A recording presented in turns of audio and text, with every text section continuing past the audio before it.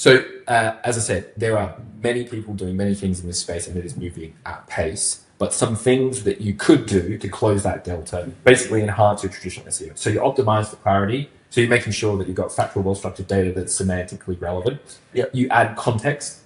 So you include like real-world examples as to where and why I would purchase or use this product. Yep. A really good example of this is I did a podcast with a brand yesterday, and we were talking about this exact point.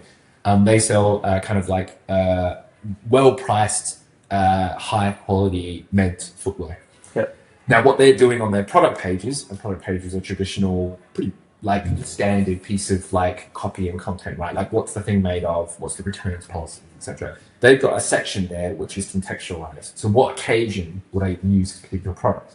And that's because someone who's going to ChatGPT and saying, I've got a wedding this week, Yes. I need X, Y, Z, serve me that, right? Of course. So I was just looking for anyone mention a wedding with cheese and right? Yeah. So by making sure that your copy is optimized for clarity and then it's got context, that's going to help you get served. Making sure that your data is like very, very well structured. I think another key thing is you think about the way in which people are using, I suppose, chat-based search. It's very conversational. So thinking about questions and what questions people might ask. Again, we're talking about product pages specifically, but this could roll out to other bits of your website or your digital experiences, whatever. Is like having those baked in. So FAQs, comparison tables, etc. Then I think what's interesting, unlike kind of traditional, I suppose, digital marketing and search, is the LLMs are like scraping and crawling social. So you want good social proof.